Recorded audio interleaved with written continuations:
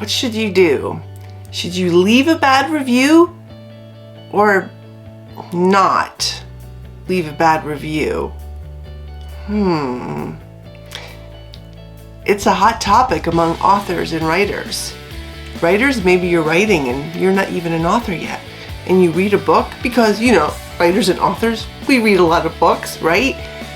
And the book is horrible, and you feel like you need to leave a bad review. You need to be honest. We're going to take a look at that today. Hi, I'm Autumn Bardell, author, writer, speaker, YouTuber, mom, grandmom, and probably a whole lot more. This channel is all about writing tips, author tricks, and living your best writing life. Because let's face it, most of us are juggling a lot of things and still trying to find time to squeeze in our passion for writing. That's what this channel is all about. If you haven't already, I would love if you would click that subscribe button and that notify button, which will notify you when I have a new upload. And if you like content like this, if you learned something, give it a thumbs up. So that book you read, it was horrid. Do you, a writer, an author, do you leave a bad review? I mean, you have a platform. And I'm going to take an honest look into leaving bad reviews. Some of you may not like it and may disagree with me, and that's fine. This is my opinion, and I kind of share why I have that opinion. And you please leave a comment if you handled it differently or something that you do.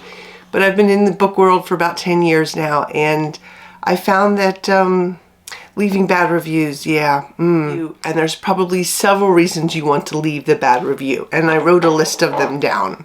So it could be maybe the formatting was done by someone who had no idea what formatting should be, or didn't have the skills to do it, or couldn't pay someone. We've opened up those indie books where the formatting is off and weird, or the font is weird, and sentences is kind of crazy. Immediately they didn't format it correctly. Maybe the story was horrible. The content of the story. Maybe there was no story. Maybe there was no story arc. Maybe the characters were superficial.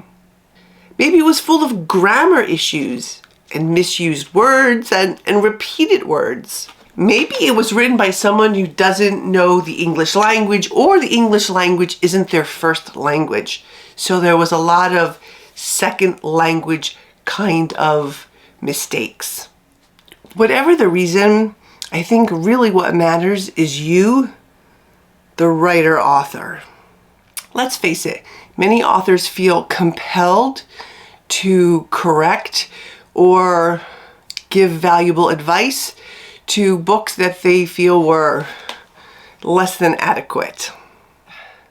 Here's my take on that, and frankly, it's a you thing. This is my opinion.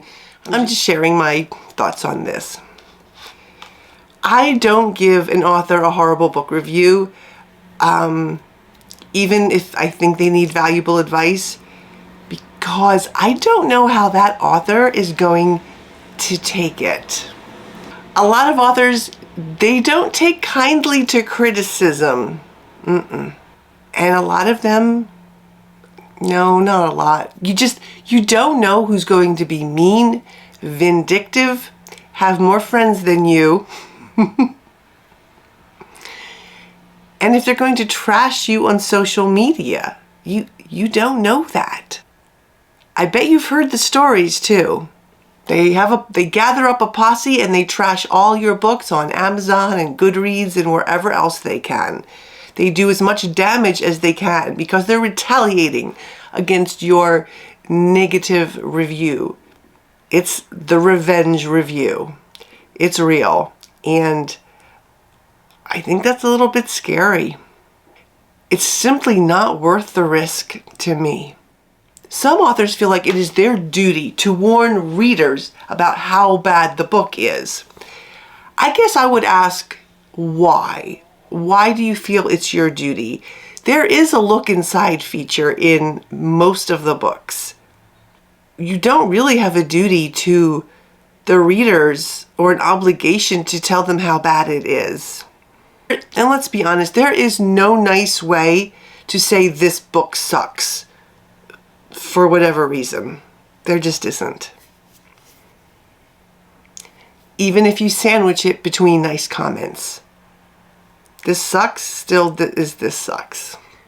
You know what is my duty? As a teacher, it's my duty to tell my students when their thesis doesn't make sense or their essay needs to be revised. Like, that's my duty because they pay me to do that. But as an author, writing a review, for a horrible review, that's not my duty to warn others.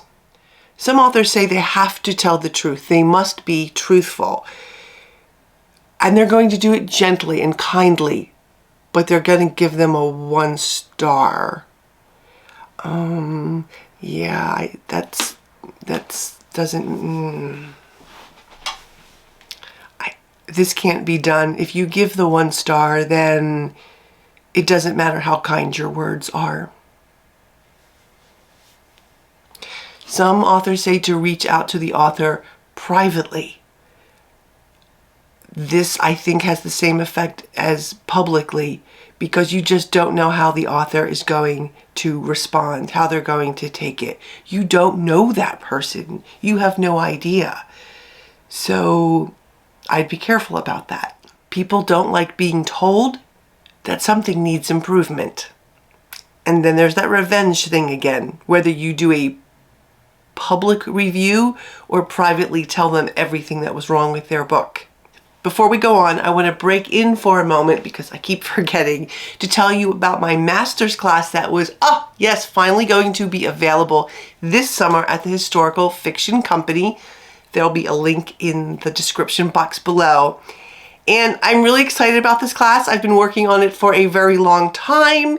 I wish I could have gotten it out sooner, but working, kind of cuts into the writing dream life. Now, even though Historical Fiction Company is hosting the master's class, it is not just for historical fiction writers. It is for all writers, all genres. And the master's class is on the power of archetype and writing a more masterful sentence. I think it will be both transformative and strategic because it will give you the tools to create memorable and nuanced characters with strategic ease and craft evocative and layered prose with transformative purpose. I also give you lots of supplementary material. So look for that coming this summer. I'm super excited about it. I'm almost done with the final sessions. So let's get back to reviews. Do you leave a review for everything that you purchased? Everything you purchase on Amazon? I don't. Or Walmart or Target or any of the other stores. I rarely leave a review. Like, of 100 things I buy, I leave a review for maybe 10 of them. So I don't feel compelled to write a review for every book I read or every bad product that I have. I did have a horrible product. I bought it. I did leave a bad review on Nordstrom's because there were some pants and the button burst and I was in a hotel room with no way to fix that button. It was like a jean button. I was pretty pissed off. So I left a horrible review saying that I had no pants. I had taken 2 pair of pants that trip, those pair that broke and a pair of jeans, and now I was down to 1 pair of pants. So I did leave a bad review, but not under my pen name. Also, I just don't have time to leave all those reviews, which is something we're going to be looking at in a little bit. There's an old rule. I know you remember it. If you can't say something nice, don't say anything at all. But I can hear people say, but wait, that's not about reviews. Here's another thing. People have different versions of 5 stars. I mean, Amazon I looked. I did not see a specific 5 stars means this, 4 stars means that. Everybody has their own version of a 5-star review. So my aunt gives me 4-star reviews because she says that only best-selling authors can get 5 stars. That's it. That's her reasoning. Okay. I give a book a 5-star review because I really, really liked it. Like, I really liked it. I have a 1-star on The Impaler's Wife that frankly tells me a lot more about the reader who picked out 1 or 2 lines, maybe 3 lines in an entire 450-page book and made some judgments about it. Okay. Some people think of it as A, B, C, D. So a 5-star would be an A, a B would be 4 stars, a C would mean average, would be 3 stars. Well, most authors will tell you a 3-star, you're like, what, a 3-star? We don't see it as just, hey, it was an okay book, great, I moved along. It's subjective. To me, a 3-star means, not so good. Once again, it's subjective. Once you become a writer, you have a public platform. In fact, I hope you have a public platform. And we're going to discuss that in the next video. Once you have a public platform, you have a lot more to consider when writing public reviews. You have a reputation, and it's how you're going to appear to others. You may try to make your words as kind as possible, but a negative comment is still a negative comment. And people who say that they want to couch it in like really nice terms and write it as nicely as possible, I get it. However, I simply do not have that kind of time to spend that much time writing a review that will be so inoffensive and nice and sugar-coated. I think that takes a lot of time, and don't you have some writing to get done on your stuff anyway? And apparently Amazon doesn't like if competitors give a bad review. So if you're a competitor, meaning the same genre with that book, and you give it a bad review, Amazon doesn't like that, and they will often not let you leave reviews anymore. And if you're an author, this is problematic because you need to be able to leave reviews for your friends, for any advanced review copies that you receive. You need to be able to leave reviews.